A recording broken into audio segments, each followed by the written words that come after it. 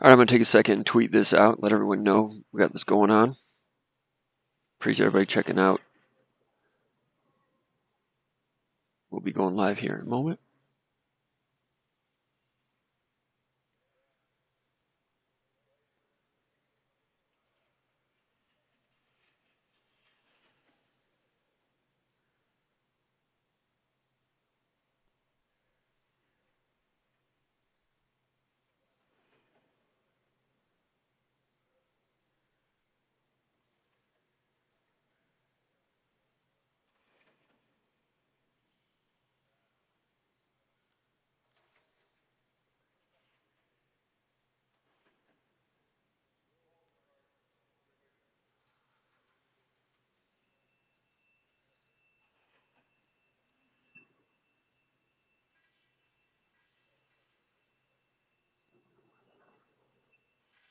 Just another minute or so. Let me I'll put that up there as a matter of fact.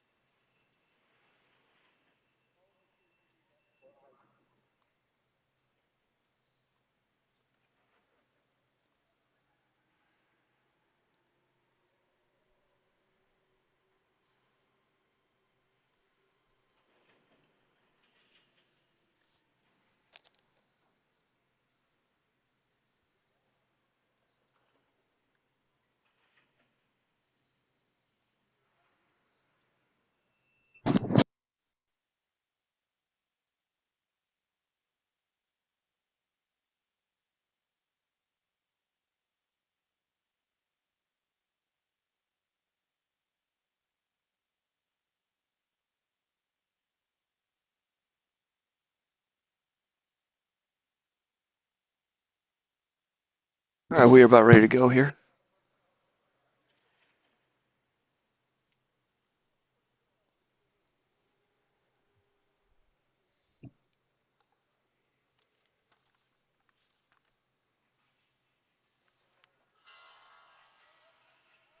All right, 3, 2, 1. Wait a minute, got one here.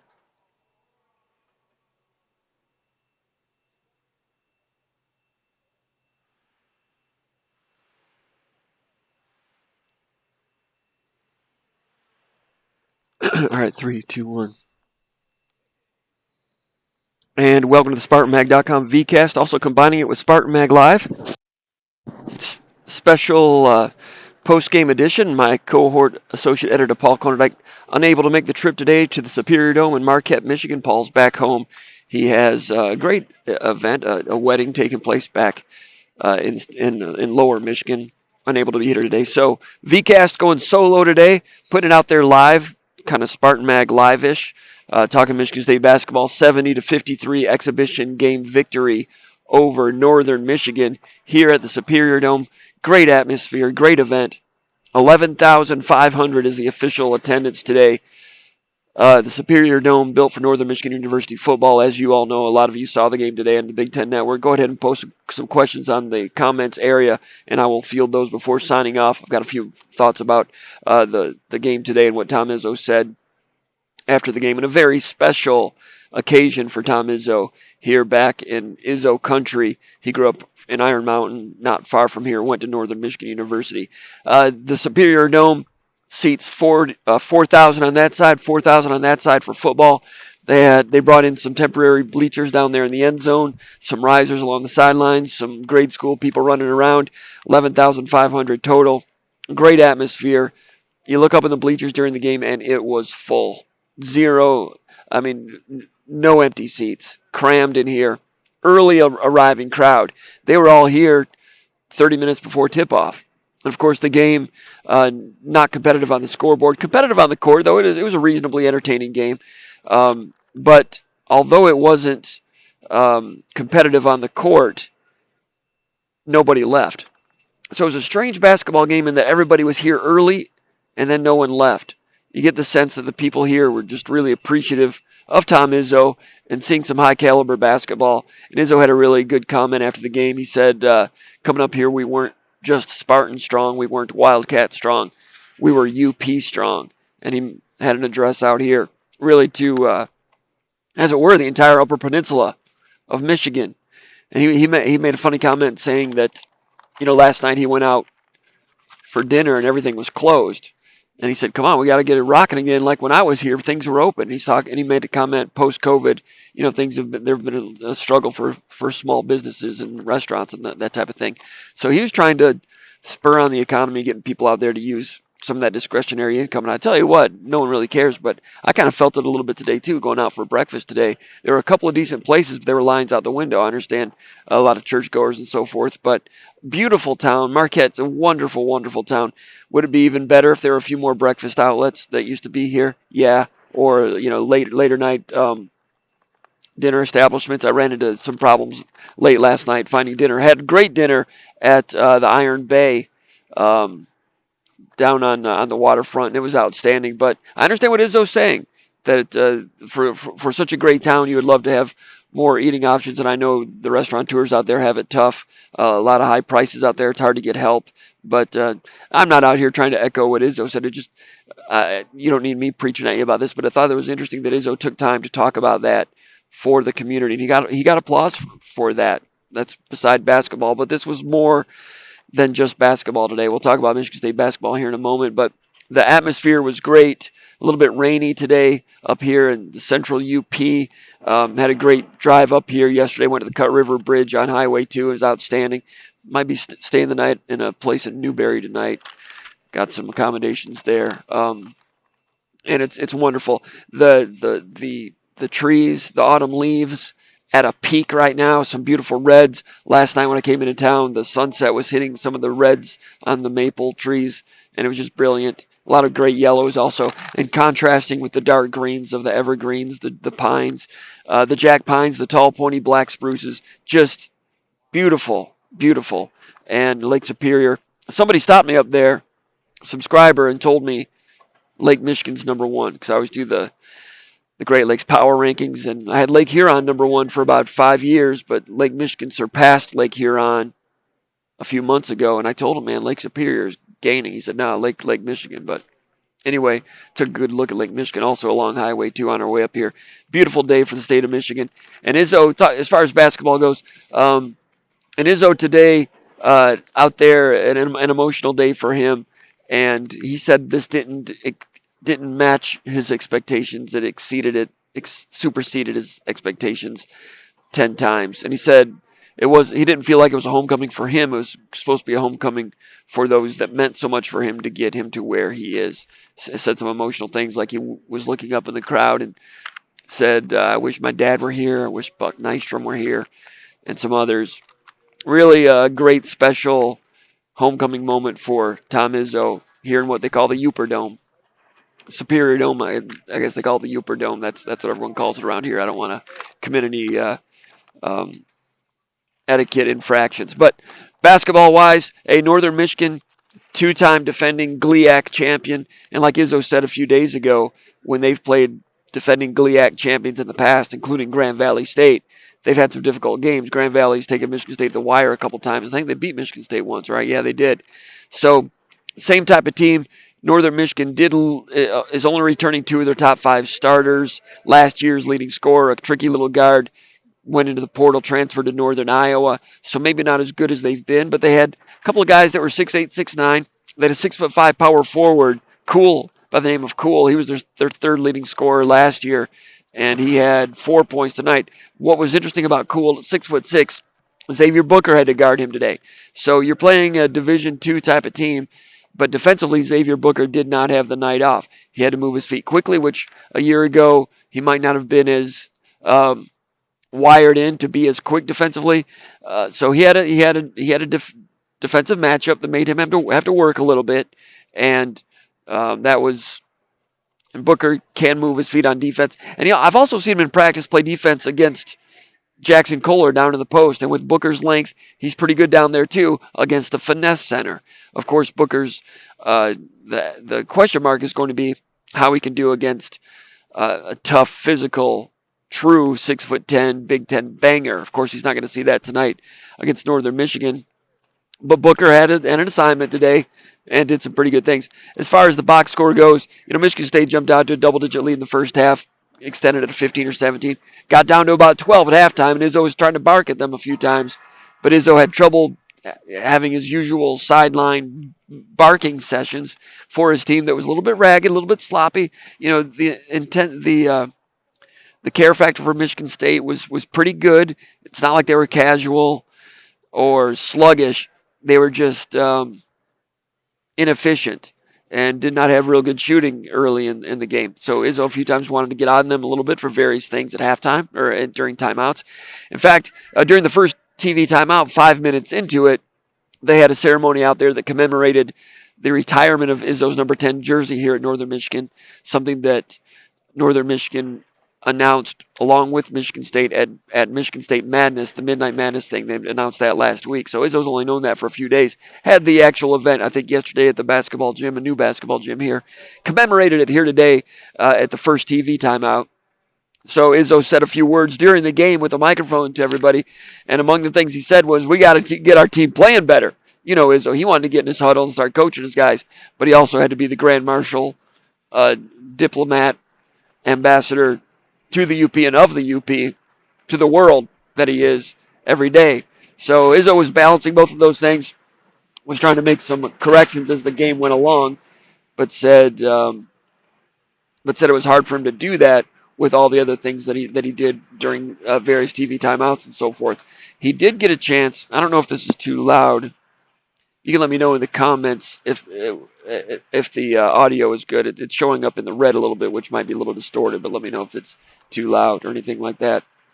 I'm just going to write down something real quick.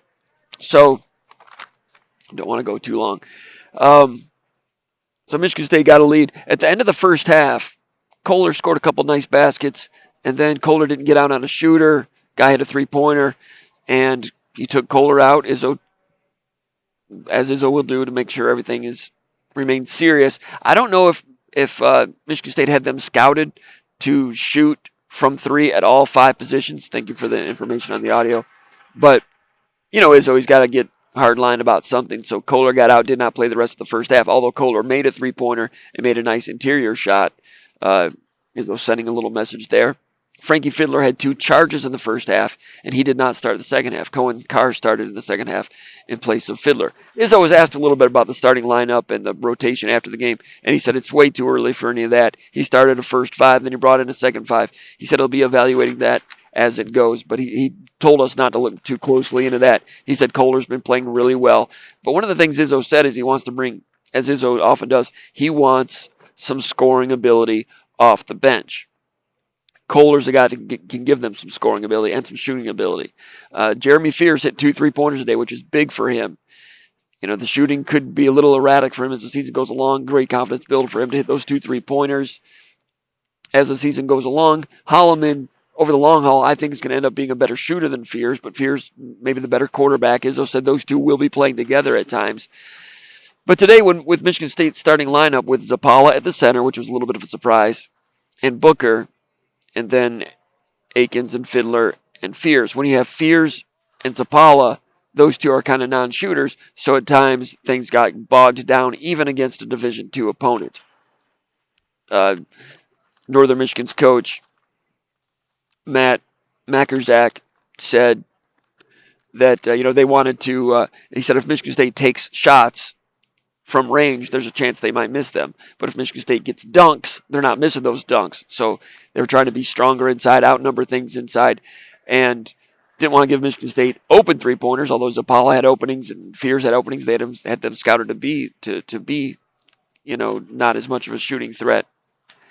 And they were willing to take that chance, and Michigan State ended up shooting well from three-point range on the day. 47% from three-point range, Michigan State. 8 out of 17. Real good job from three-point range. Overall, Michigan State just 43%. Shot much better from three-point range than from two-point range, if that makes any sense. But they were only 33% in the first half from two-point range. Fiddler did not start the second half. Had 2 charging turnovers in the first half. Izzo thought that Cohen Carr played pretty well. Cohen Carr started the second half. Cohen Carr did not meet Izzo's expectations on the boards. Carr with only 3 rebounds, but Izzo liked some of the other things that Carr was doing. But Kohler in the second half had he had good RPMs in the first half, but even more in the second half, playing really hard. Kohler ending up with 8 rebounds and 9 points in only 16 minutes. Now, the leading rebounder for Michigan State on the day was Zappala. Zappala also had 6 points.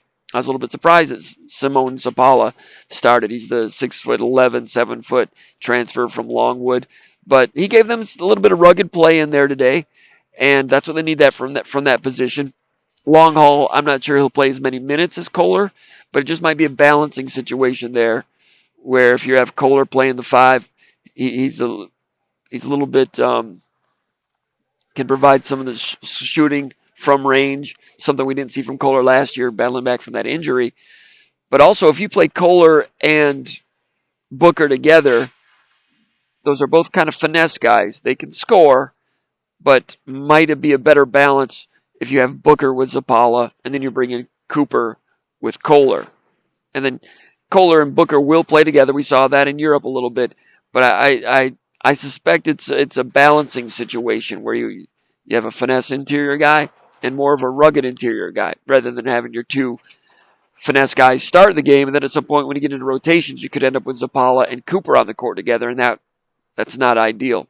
So although Kohler didn't start, and although Kohler kind of got yanked in this game a little bit, Kohler's still a very important person in terms of his offensive flexibility, a new ability to shoot from range, something we've not seen in 2 years out of him, but he can do it. And he also went down low for some nifty low post work today as well. So Fiddler only played 12 minutes. Not a great debut for him. He has played for Michigan State over in Spain, but this is the first time that Frank Fiddler's worn the Michigan State jersey in the state of Michigan. So Izzo talked about the importance of, like he always does, the effort-related things. And he didn't mention any names, but I suspect Fiddler's still new to the program. That's something where he's going to get the message on that. Booker led the team in minutes with 21 minutes. A lot of you wanted to see Xavier Booker play more last year. He wasn't quite ready. This year, he's closer to ready, 22 pounds, stronger, very coachable. I've always said very coachable. A bright, engaging kid. He was in the post-game press conference along with Jace Richardson. Handled himself well with interviews as always. Booker with 10 points. Only 2 rebounds. 1 out of 1 from three-point range. You guys know the box score if you've seen it. There is Jeremy Fears. Important that he was 2 out of 2 from three-point range. It's a good confidence builder for him. Izzo had to step on the gas with Fears a little bit in some areas today. Michigan State's transition game was not great today, but Izzo made the point that this is early for an exhibition game. Early. He says normally an exhibition game wouldn't come for another week and a half. Did it this weekend because Michigan State football was on a bye week. Northern Michigan had the place open. I think Northern Michigan football is a bye week also. So it all made sense to do it right now, October 13th, early. And like Northern Michigan's coach said, hey, their first practice is really in 2 days, October 15th. So Michigan State, although they played in Spain in August and are ahead of schedule in terms of development, is more ahead than they normally would be, still it's early for an exhibition game. And elements such as a transition game not near midseason form. Jay Nakin struggled 2 out of 12 from the field, 0 for 4 from three-point range. And I think the last game in Spain, Aiken struggled a little bit. He had a really nice stop-and-go reverse layup today that was nice through some contact. But Aikens, the last thing Michigan State needs is for Aikens to have a senior type of slump. So it's early to get concerned about that, but key player, everyone knows that. Not Aikens' best game. Carson Cooper, solid, rugged self with 4 rebounds. Kohler with 8 rebounds, like I mentioned. Jace Richardson, the true freshman, I'm mentioning this last. I'm probably burying the lead. 11 points for Jason Richardson. Leads the team in scoring. Richardson 2 out of 2 from three-point range. He's got combination guard skills. He can play a little bit of point here and there. Quickness, hustle plays on a save, saving it out of bounds in the first half that leads to an assist, run out dunk for Booker. Getting on the court, getting on the floor, getting Spartanized a little bit, getting programmed a little bit with some floor burn basketball. Richardson doing everything right today. Also led the team in assists, led the team in scoring and in assists. Richardson 15 minutes off the bench. He's going to be a plus as a versatile guy at the wing position. Really nice start for Jason Richardson. Kurtang with a three-pointer early in the game when Michigan State was kind of struggling to get going. Ends up 2 out of 3 from three-point range. Good work for Kurtang as well. So that's it for basketball and the scene and everything that was here at what they call the Superior Dome Showdown. Great event. The people here were great. They were excited about it. It's interesting because both teams get applause coming out of the court. Northern Michigan, of course, had more. And Northern Michigan's band was here, and it was bigger than a basketball band. It seemed like almost a football band. They were loud, they were boisterous, engaged throughout. Interesting that at one point, one of the TV timeouts, it was Kevin Guskowitz, Michigan State's president, and also the president of Northern Michigan University. I apologize. I don't remember his name. I should have written down his name before starting this. I apologize. But when he took the microphone, he said some good things about a lot of people, and then he said some great things about Tom Izzo. And then he said, everybody welcome, join me in a chant of "Go Izzo, go! Go Izzo, go!" And the place was chanting "Go Izzo, go! Go Izzo, go!" for a visiting team. But obviously, their favored son returning back to campus. Really, a remarkable, uncommon, unique event for college athletics. The great Bill Raftery was here with the even greater Lisa Byington doing the play-by-play for I guess Fox, or was it Big Ten Network? Big Ten Network. So Raf was with Big Ten Network today? I didn't realize that. That's big news. It's always good to see him. There's some things in Marquette that I'm sure he'll enjoy. It's great to have him around. So, great event for college basketball. Happy New Year to the basketball season. During the bye week, we've got football coming up.